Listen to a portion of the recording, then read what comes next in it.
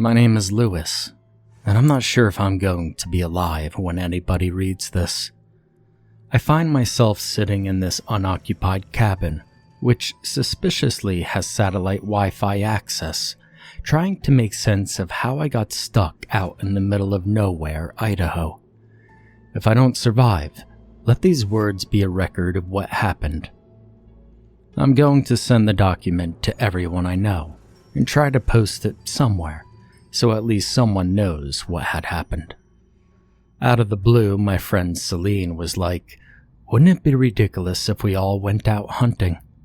And well, as it turns out, she was right. It was ridiculous, and so were all of us. Absolutely fucking ridiculous. Now, I'm not much of a hunter myself, but our community, or should I say that our culture, is kind of nuts about it. You know the type. You have to know where your food comes from and all that nonsense. I'm perfectly fine having my meals prepared for me. I mean, we now live in a time where you get an app on your phone, make an order, and someone just comes right to your door. You can even order from multiple places and have a feast when all the drivers arrive. Why would anyone even want to hunt anymore? But I digress. So, we went hunting, because we're idiots, and we have a lot of money, and honestly, I did have fun at first. Out in the world, roughing it, reconnecting with nature, which for us is kind of culturally a big thing. It was, I should say, and it had been fun. And it was a peaceful experience. Right up until it wasn't. We traveled to the edge of the area inside Yellowstone National Park. It's within the Idaho portion of the park, and it's allegedly this place where, well, anything goes, you know? Lawless. And so we figured that we wouldn't need to worry much at all about hunting. Well, anything we wanted, really. Or how we chose to hunt, which was far more the point for us. As everyone had their own ideas about hunting. Even me, surprisingly.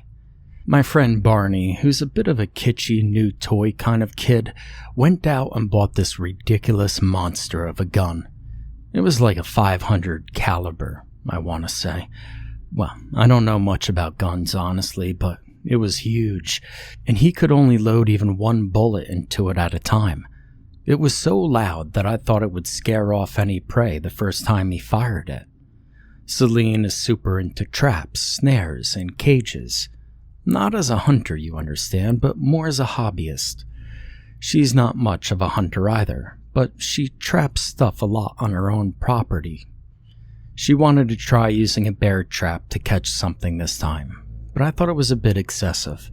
She was absolutely crazed by the idea of it, though, and so off she went, setting her traps all around our, well, I guess it was kind of like a camp.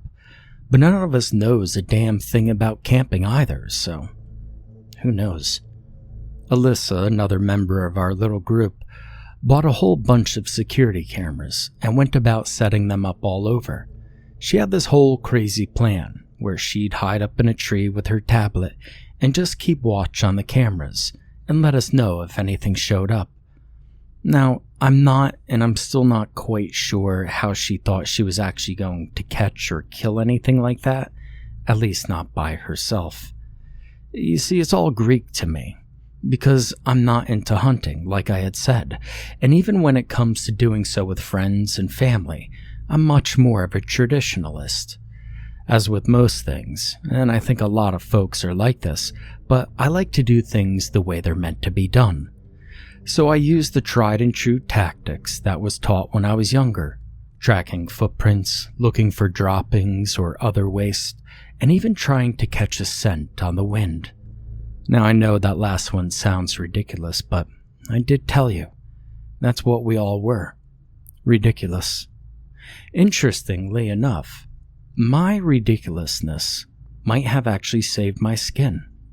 You see, while all my friends were messing around with all of their stupid toys and gimmicks, I was out in the woods, away from camp, stalking. I mean, that's at least what I thought I was doing, but the truth is, I was probably just walking around in the dark, really carefully and quietly, which was why I didn't know anything was wrong back at camp until I heard a shot from Barney's crazy-ass rifle. When I first heard the shot ring out into the night, I got excited because I thought it meant that Barney had caught something, but when I arrived at the camp, I was immediately disabused of that illusion. The area was in shambles, and all the stuff we brought was either missing, wrecked, or scattered all over the damn camp. Several items, including our heavy-duty tents, had been set on fire, which was really weird. Now I remember calling out to my friends in the dark and hearing only the creaking of the trees as the wind blew through them in return. There was no response whatsoever, and the only unusual sound I heard was the crackling of these newly set fires. I didn't even hear any animal sounds, which was also sort of weird, honestly, as we hadn't heard any since the trip started. See, this in and of itself was kind of disappointing, because we had all agreed that we wanted to hear a loon. You know, like you hear in the movies. After putting out the fires, which darkened the camp greatly, I searched through what was left of our stuff and found one of Celine's bundles of tripwire and one of Alyssa's cameras, but not her tablet, and I had no idea what I was going to do with either of them, but I tucked them both into a nearby backpack that Barry brought with him. Inside of it, I also spotted a big hunting knife. But I left it in there. Better to have and not need, right? So after clearing up the mess and putting everything back into order tidy, I started looking around all over the ground for tracks, or maybe footprints, to see just what in the hell had happened. I managed to isolate all our prints and noted that there were other tracks around, and they were human. What was of note, though, was that there wasn't any blood in the camp at all, so no one had caught anything, but they were also likely somewhere out in the woods. I kept following the tracks until I came to another clearing where I spotted something on the ground that just didn't belong. It was a small black rectangular object, and it laid in the dirt at the foot of a tree. I bent down to pick it up, knowing already that it was Alyssa's tablet, but paused when I spotted something up in one of the trees surrounding the area. When I looked up, I saw a dark shape just sitting up in the tree. Now, I'm not going to lie, I thought it was some kind of monster or something. Like, what do you call them? Shadow people? However, I quickly realized that the shape was familiar, and as I drew closer, I realized that it was the slumped form of Alyssa. I immediately heartened, thinking she was hiding or maybe asleep or passed out or something, and so I quickly ascended the tree to get her, but when I lifted her head, I almost screamed. There was an arrow protruding out of her chest, and it had pinned her to the tree. She had a number of other cuts and wounds all over her arms and shoulders, and fresh blood poured out of her mouth. I cried a little then. I'm not ashamed to admit it. I still can't believe she's dead. I also think that I'm in shock as I'm writing this because I'm way calmer than I feel I should be, especially for someone who found his friend, his sister, stapled to the tree the way I found Alyssa. It's an odd feeling, actually, because I never thought of shock as something that could happen to me. Then again, I wouldn't have thought any of what occurred tonight to be something that could have happened to me, so I guess that shows what I know. After I wiped off my tears, I tried to pull Alyssa into a respectable position. I went back down the tree to figure out what I should do. I thought about just taking off, just getting the hell out of there and potentially getting some help from family or someone else, anyone else, but I tried to shake it off and just bent down to pick up Alyssa's tablet. I flipped it over and realized that it was still on, and 4 of the 6 cameras she brought were blank and not recording. Only one of the screens on the tablet was showing anything at all, and what it transmitted was difficult to make out. Before I could even get a good look, though, I heard Celine scream out in the darkness, and my blood ran even colder than it already was. I stood frozen in that clearing, the green light of the tablet shining up at me for what felt like an eternity, completely at a loss as to my next actions. Now I know that I was afraid, but damn it, I'd every right to be. One of my closest friends of several decades had just been murdered, and I might be next. When I heard Celine scream again, however, and noted that she sounded more in pain than afraid, I knew that I couldn't just leave. But her cries sounded distant, and I had no idea where she was. I looked down at the pale green light of the last of Alyssa's night vision camera's feed on the tablet, and winced as I saw two horrific sights at the same time. The first, which was moving and caught my attention immediately, was a man I did not know, wearing hiker's clothes. He was struggling with something at his feet, which I quickly realized was one of Celine's bear traps. Behind this person was the other sight, which, while less of an immediate concern, was far more harrowing to witness. Hanging upside down, behind the person in the bear trap, was a body, a headless body. It was dressed in clothing that looked a lot like the dark-colored fatigues that Barney had brought before our little excursion. I remember whimpering pretty pathetically when I realized what I was looking at, but I swallowed it, because at least as far as I knew, Celine was still out there somewhere.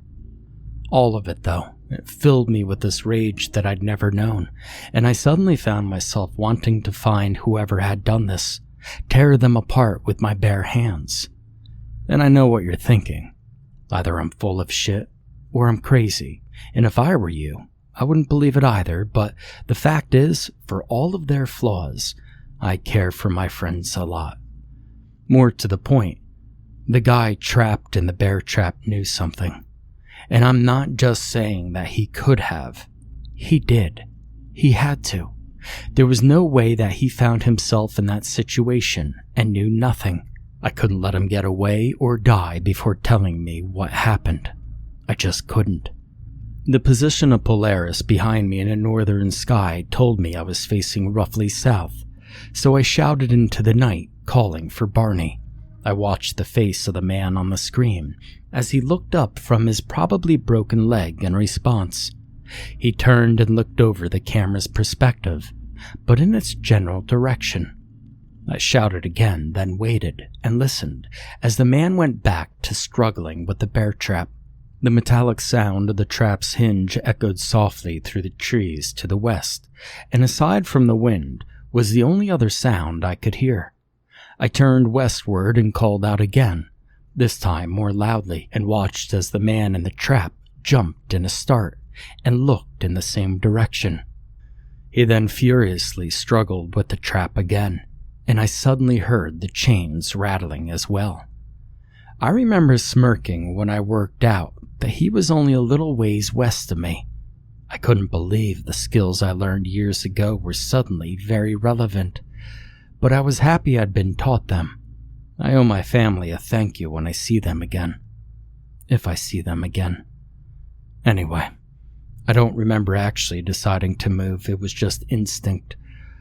I think 1 second I was standing there, and the next I was just suddenly flying through the woods, and I don't remember actually thinking about who or what I might run into. I just needed to get to her. I needed to find Celine and to get us out of there. This was all so stupid. We had no idea what was out here, but now everyone's going to know. I moved west as quickly as I could, keeping an eye on Alyssa's tablet, so as to keep an eye on the guy in the trap. It was only a few minutes later that I entered a clearing and found the man in hiker's clothes still struggling with the bear trap, and above him, Barney swung gently in the breeze, and I winced again as a tear dripped down my cheek when I was sure it was him. I quickly tucked Alyssa's tablet into the backpack, then weighed what to do next. What was I even thinking? This guy could have been armed, and with anything. I had to be careful. I realized that I didn't necessarily understand the situation, and that this person could potentially be just as much as a victim as anyone else here. I decided just to step out and try to talk to him when I thought of this, and then promptly had that thought obliterated as the man in the bear trap leveled Barney's rifle right at my damned head. I stepped out from behind the tree fully, and he threatened to fire. But I knew he was bluffing because, as I said, Barney's gun could only hold one bullet, and if he was going to fire, he would have. Rather than threaten him back, I demanded that he tell me where Celine was. He claimed that he didn't know her and cursed loudly at me to leave. He seemed absolutely manic and almost afraid himself, which wasn't that odd given his situation. But if he was that scared, maybe he did just need help. The man in the trap warned that if I came any closer, he'd fire. I tried to reason with the guy and told him that if he'd just tell me what had happened, I'd help him get out of the trap. He shook his head and screamed at me to get away from him, utterly terrified. And that's when I noticed two things, almost at the same time. First, I detected the faint odor of insect repellent, which was of note because neither I nor my friends had brought any with us. And second, I heard something behind me, and the expression on the trap man's face confirmed it. I spun around to see what it was, and I stumbled backwards when I saw something standing there. At first, I was terrified because it was a human-like shape, but when I realized the person was wearing a park ranger's uniform, I was so relieved. I asked them if they were there to help and if they had found Celine, but the ranger just told me to stay back as he leveled a very large revolver at me. I was so confused. Was he responsible for all of this?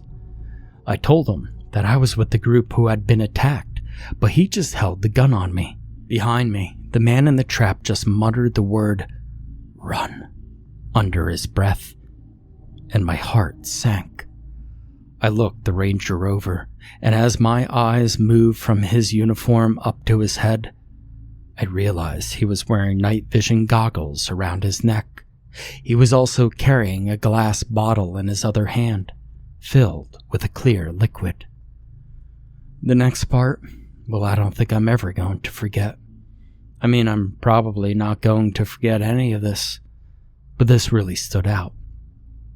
I asked why he wouldn't help me. He was a ranger after all, and what he said blew my mind.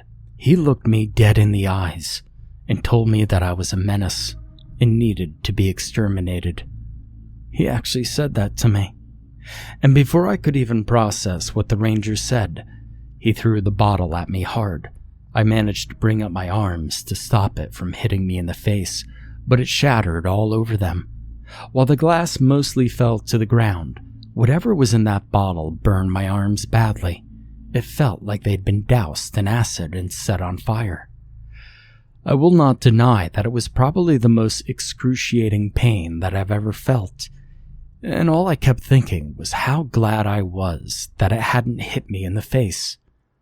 I screamed and scrambled away behind the tree that Barney was hung from. I heard the ranger curse loudly, but then chuckle, seemingly at my pain. I had no idea what to do, but that primal feeling had returned, and I found myself filled with rage that I've never ever felt before.